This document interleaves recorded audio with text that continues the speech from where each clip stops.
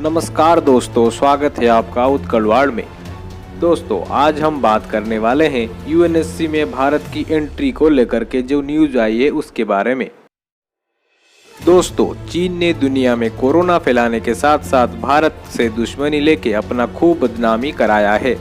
दुनिया के बड़े बड़े देश आज चीन की दादागिरी को खत्म करने के लिए भारत के साथ खुला समर्थन कर रहे हैं। इसी बीच दुनिया के आज समर्थवान देश यूएनएससी यानी यूनाइटेड नेशन सिक्योरिटी काउंसिल के रिफॉर्म्स की बात कर रहे हैं। इसके ऊपर G4 नेशन से एक बहुत बड़ी न्यूज आई है। आज से कुछ दिन पहले भारत के प्रधानमंत्री नरेंद्र मोदी ने यूएनएससी के 75वें जनरल असेंबली को संबोधित करते हुए बोले थे कि आज टेररिज्म, इसके साथ ही जितने क्राइसिस देखने को मिल रहे हैं उसका मुकाबला करने के लिए यूनाइटेड नेशन सिक्योरिटी काउंसिल की रिफॉर्म की बहुत ज़्यादा ज़रूरत है।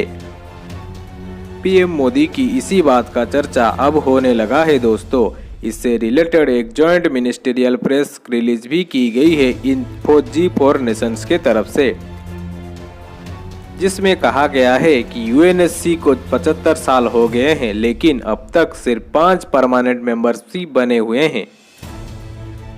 लेकिन इसमें अब बदलाव करके नए रिफॉर्म्स के तहत नए देशों को इसमें एंट्री देनी चाहिए। इस प्रस्ताव को मंजूरी दी है G4 के नेशंस ने।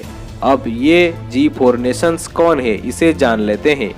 भारत, जर्मनी, ब्राजील और जापान। इसमें भारत भी शामिल है और बाकी के 3 देश भारत के कट्टर दोस्त हैं।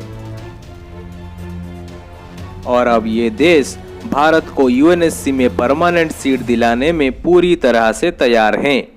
भले ही चाइना अपनी वीटो पावर के कितनी भी इस्तेमाल कर ले, भारत को अब स्थायी सदस्यता लेने से कोई नहीं रोक सकता।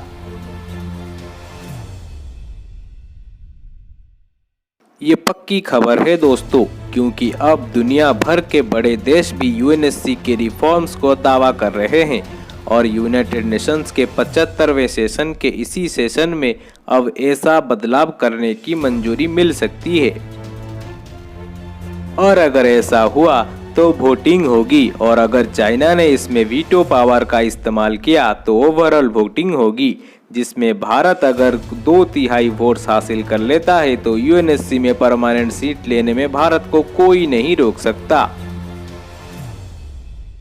आपकी जानकारी के लिए बता दें, अभी फिलहाल हाल ही में एक नॉन परमानेंट सीट के लिए वोटिंग हुई थी और इसमें भारत में 2/3 से कहीं ज़्यादा वोट्स हासिल किए थे। इस वोटिंग में भारत ने 192 से 184 वोट्स हासिल किए थे।